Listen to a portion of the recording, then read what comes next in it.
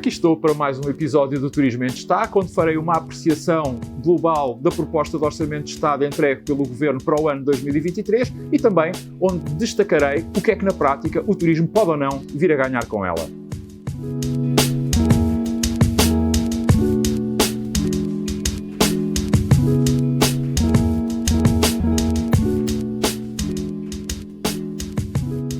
Naquilo que diz respeito à elaboração desta proposta de Orçamento de Estado para o ano 2023, eu quero começar por dizer que ela deve ter tido extrema dificuldade em ser elaborada e deve ter sido necessário um enorme esforço para a fazer. E digo isto muito devido à conjuntura internacional de tremendas incertezas que estamos a viver. Repare-se que temos guerra na Europa, temos uma crise energética, temos uma inflação com níveis que há 4 décadas se não viam, temos a subida das taxas de juros, temos uma situação de tensão geopolítica a nível internacional, como também há muito não assistíamos, quer na Europa, quer na América, quer na região da Ásia-Pacífico, e em cima disto tudo temos ainda a incerteza relativamente à evolução da própria pandemia, sobretudo para nós que vivemos no hemisfério norte e vamos agora entrar na estação do inverno. Mas, apesar de tudo isto, o Governo afirmou que com a entrega deste proposta de Orçamento de Estado para 2023, que o mesmo reunia 3 grandes virtudes, ou se quiséssemos, tinha 3 grandes propósitos: a estabilidade, a confiança e o compromisso, já que as medidas que aí estavam contidas iriam de alguma forma fazer aumentar os rendimentos, seja de pessoas, seja das empresas, iriam ajudar a promover o investimento e finalmente também contribuir para a redução da dívida pública. E nesse sentido apontam um conjunto de indicadores que, à primeira vista, quando olhamos para eles, são de facto extremamente positivos e vale a pena enaltecer, caso se venham a materializar em 2023. Refiro-me em concreto a um déficit de 0,9%, a uma inflação média durante o ano 2023 de 5%, a um crescimento da riqueza nacional, isto é, do produto interno bruto, de 1,3% e uma redução da dívida pública em 4,2%. E diz-nos também o Governo que para obter estes elementos, para conseguir estes resultados, usou a melhor informação e as melhores práticas e os melhores indicadores.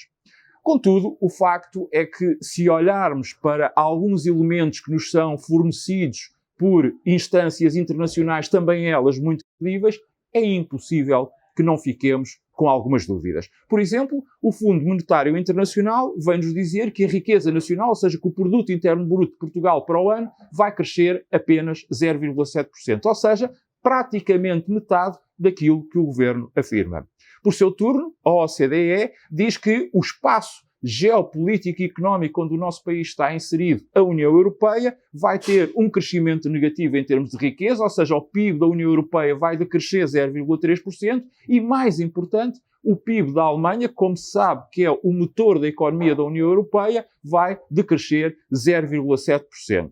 Ora, para além disto, também a mesma instituição, a OCDE, diz que as 2 principais economias mundiais, a China vai crescer apenas 4,7%, ou seja, muito abaixo daquilo que tem vindo a acontecer, e os Estados Unidos da América vão estar praticamente em estagnação económica, uma vez que só se antevê um crescimento de 0,5%. A conjugação destes 2 fatores, juntamente com os resultados da União Europeia, significa que a economia mundial vai crescer em 2023 muito abaixo dos 3%. E, portanto, todas estas dúvidas ganham maior nível e maior índice de preocupação pelo facto de nós sabermos que Portugal é uma pequena economia aberta, periférica e, por isso, muito sujeita a tudo aquilo que se passa fora das suas fronteiras. Procurou, de alguma forma, o Governo, por antecipação à proposta de orçamento para 2023, acalmar os ânimos através de um acordo de rendimentos que, para os próximos 4 anos, feito em sede de Comissão Permanente de Concertação Social, procurando, de alguma forma, que os parceiros sociais dessem o crédito da sua chancela avalizando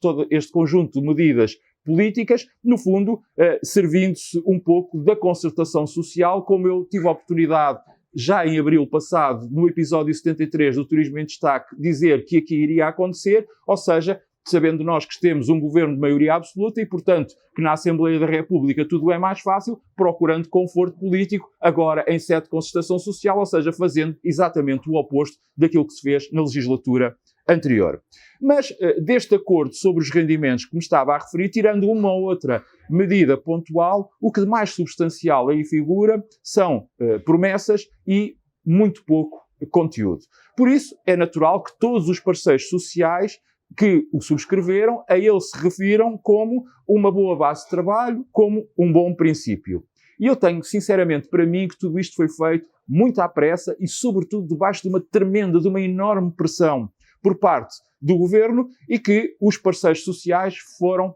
por assim dizer, e como diria um antigo treinador de futebol português da primeira divisão, comidos de cebolada, já que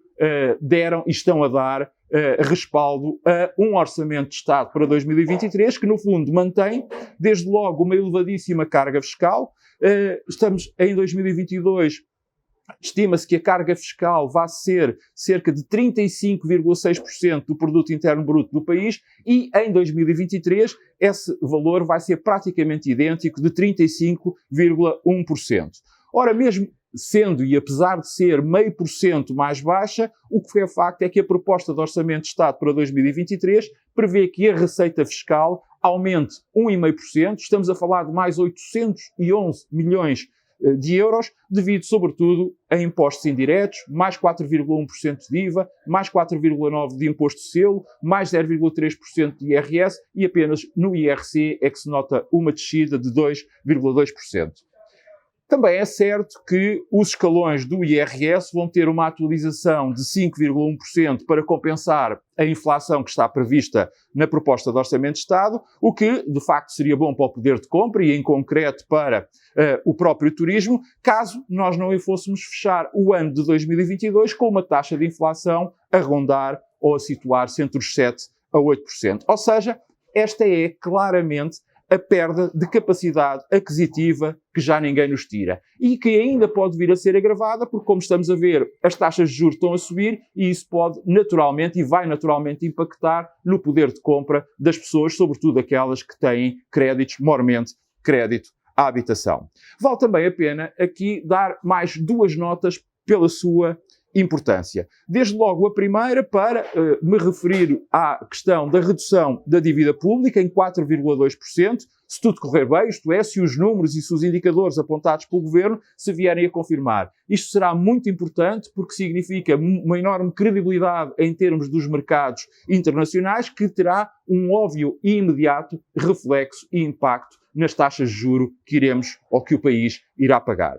E uma segunda nota para dizer que, como veremos já na resposta à pergunta seguinte, há uma grande dispersão dos apoios contidos nesta proposta de orçamento e tentando o Governo, de alguma forma, dar um bocadinho a todos e não tomar grandes opções ou opções de fundo, preocupando-se muito mais com a liquidez, quer das pessoas, quer das empresas, e não tanto com o desagravamento fiscal, o que passa, quanto a mim, uma ideia errada de que esta inflação pode vir a ser temporária, pode vir a ser de curto prazo. Ideia é essa que, como nós, infelizmente, já sabemos em termos de realidade, há muitos meses não é aquilo que se irá verificar e isso quer dizer que muito menos se vai apostar claramente em medidas e em atividades económicas que já provaram conseguirem fazer autênticos milagres ao nível da economia nacional, como é o caso do turismo. Assim, e em conclusão, o Orçamento de Estado, ou a proposta de Orçamento de Estado elaborada para 2023 pelo Governo, é um documento, por um lado, ciente e consciente de que está respaldado numa maioria absoluta na Assembleia da República e, por outro lado, é também um Orçamento de Estado ou uma proposta de Orçamento de Estado de curtíssimo prazo, de muita fé, de muito otimismo, de muita esperança que tudo vai correr pelo melhor e, portanto, sem grandes rasgos, de navegação à vista, ou até, para usar uma expressão muito portuguesa e muito em voga, é um orçamento ou uma proposta feita a olhómetro.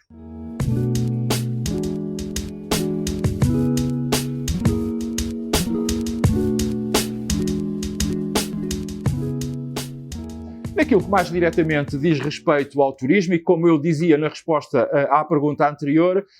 em termos de medidas concretas, tudo é, ou se quisermos, tudo está muito difuso nesta proposta de Orçamento de Estado para 2023. No entanto, eu devo confessar que quando comecei a ler o relatório que a acompanha, até julguei que desta vez é que era e que vinha aí uma grande aposta no turismo, já que esse mesmo relatório tece rasgadíssimos elogios à atividade turística e ao seu ímpar contributo, quer para a economia nacional, quer para o progresso e desenvolvimento do país. Só que essa sensação, infelizmente, não durou muito, pois considerar o turismo campeão da nossa economia por si só não basta, são precisas medidas que consubstanciem esse estatuto. E aquilo que continuamos a insistir é que o referencial estratégico da atividade continua a ser a Estratégia Turismo 2027, ou seja, algo feito em 2016 permanece válido, como se, entretanto, nada no mundo tivesse mudado, ou seja, não estivéssemos a atravessar por uma pandemia, não estivéssemos no meio de uma guerra na Europa, não estivéssemos com uma conjuntura internacional de enorme incerteza, como aliás eu tive a oportunidade de começar por referir na resposta à pergunta anterior. Contudo, existem algumas medidas do ponto de vista da atividade turística que são naturalmente positivas e que vale a pena destacar, sobretudo se tivermos em consideração a tipologia de tecido empresarial da atividade turística, que é muito constituído, como se sabe, por micro, pequenas e médias empresas. E dentre elas vale desde logo a pena destacar o alargamento da taxa reduzida de 17% em IRC para a tributação de lucros, que passou de incidir sobre dos 25 mil para os 50 mil euros, também a majoração em sede IRC em 50% dos encargos com os aumentos salariais, de modo a estimular uma mais rápida progressão dos vencimentos e assim compensar-se a atualização de 5,1% que está prevista no acordo sobre rendimentos firmado para 2023, firmado com os parceiros sociais, embora esta medida tenha, quanto a mim, um senão, mas eu mais à frente já lá irei. Vale também a pena destacar pela positiva as majorações contidas na proposta de Orçamento de Estado no que se refere ao investimento, que apesar de tímidas são naturalmente de saudar, pese embora, em minha opinião, naquilo que diretamente respeita às atividades turísticas, se devesse ter feito uma discriminação mais positiva, atendendo que as mesmas são, ou o investimento das mesmas é sempre de capital intensivo. Já por oposição ou com destaque negativo, vale a pena salientar que a manutenção das transferências para as entidades regionais de turismo, exceção feita ao ano 2020, que foi o primeiro ano da pandemia onde elas diminuíram, se mantém inalterado há muitos anos, ou seja, vamos ter para 2023 o mesmo valor que tivemos em 2022, 2021 e podemos recuar até ao início da década anterior, e quer dizer que elas continuando, essas entidades a receber exatamente o mesmo valor, para o ano vão ter menos 13% no seu orçamento para promover as regiões que representam, e esses 13% vêm dos 8% de inflação que se vão registrar em 2022 e dos 5% de inflação que, de acordo com as previsões do Governo, se irão registar em 2023. Ora, isto não é claramente apostar no turismo. Depois, o facto da majoração em 50% de contribuições sociais incluídas em sede de IRC, respeitante aos aumentos salariais que eu há pouco me estava a referir, tem um limite que, ou seja, não abrangem os membros dos órgãos sociais das empresas, isto é, em concreto e naquilo que ao turismo diz respeito, não abrangem os sócios gerentes, o que, quanto a mim, isto revela uma enorme ignorância acerca do que, como a atividade funciona e do que é o seu tecido empresarial, já que, como todos nós sabemos, na maior parte das atividades e atendendo à dimensão das empresas, o patrão é mais um trabalhador que diariamente está a desempenhar as suas funções lado a lado com aqueles que emprega. E por isso, espero e desejo sinceramente que, pelo menos no debate na especialidade, esta injustiça, esta tremenda injustiça, possa vir a ser corrigida. Já também que ao turismo não foi dado o estatuto de grande consumidor energético, concretamente aos setores do alojamento, da restauração e aqueles que envolvem transporte de passageiros, seria, quanto a mim, mais do que expectável que houvesse uma baixa do IVA turístico para a taxa reduzida, isto é, para os 6% praticados no continente em todos os produtos e serviços turísticos, ainda que essa baixa fosse temporária, ou pelo menos até a inflação, os custos energéticos e as taxas de juros regressarem àquela que é a sua normalidade. Isto para quê? Para, de alguma forma, amortecer o aumento dos preços aos consumidores, que nós já sabemos que vão ficar com menos poder de compra, e também para ajudar um pouco a tesouraria das próprias empresas. Também, quanto a mim, se perdeu mais uma vez uma oportunidade de fazer uma revisão da taxa social única, assumindo claramente um benefício para todas as atividades económicas de mão de obra intensiva, onde naturalmente as do turismo se incluem. Sinceramente, para mim não faz qualquer sentido que quem mais emprega pague exatamente a mesma prestação social ou tenha exatamente a mesma taxa de contribuição social do que quem menos emprega, tal como não faz qualquer sentido que não se estimule quem queira trabalhar em áreas onde existe uma maior carência de mão de obra e não as diferenciando ou fazendo com que essas pessoas paguem exatamente a mesma taxa social daqueles outros que trabalham noutras áreas de atividade económica ou noutros setores onde tal não acontece ou até mesmo onde existe saturação em termos de trabalhadores. Finalmente, há algo que, quanto a mim, se não for bem explicado, pode vir a revelar-se em termos de poder de compra como um verdadeiro presente envenenado, afetando não só a compra de produtos e serviços turísticos, mas sobretudo porque prevê-se a possibilidade, no acordo de rendimentos firmado com os parceiros sociais, dos contribuintes poderem optar pelo escalão de IRS imediatamente inferior, solicitando, por isso, à sua entidade empregadora a diminuição da respectiva retenção na fonte, sabendo nós, e tendo o Governo explicado, que esta medida tem, sobretudo, por objetivo ajudar à liquidez das famílias que tenham empréstimos de crédito à habitação, exatamente para fazerem face ao aumento dos juros pelo qual, neste momento, estão a passar. Contudo, quanto a mim, isto pode dar uma falsa sensação de desafogo financeiro que de imediato será desvanecida no momento da liquidação do IRS, ou seja, no momento da liquidação do imposto, já que o seu valor não diminui, ele permanece inalterado exatamente conforme está inscrito nas tabelas que constam da proposta de Orçamento de Estado para 2023. Ora, em suma, também naquilo que ao turismo diz diretamente respeito, percebe-se que a atividade é de facto muito, muito elogiada, mas depois tudo aquilo que com ela se relaciona é feito de modo atabalhoado, muitas das vezes sem conhecimento de causa, outras vezes com uma enorme injustiça, no fundo também aqui tudo feito um pouco a olhómetro. Voltamos a ver-nos para a semana, até lá saúde, paz, cuidado com o vírus e já sabe que se pode manter a par de tudo o que mais importante acontece no turismo. Para isso, basta subscrever gratuitamente um dos meus canais.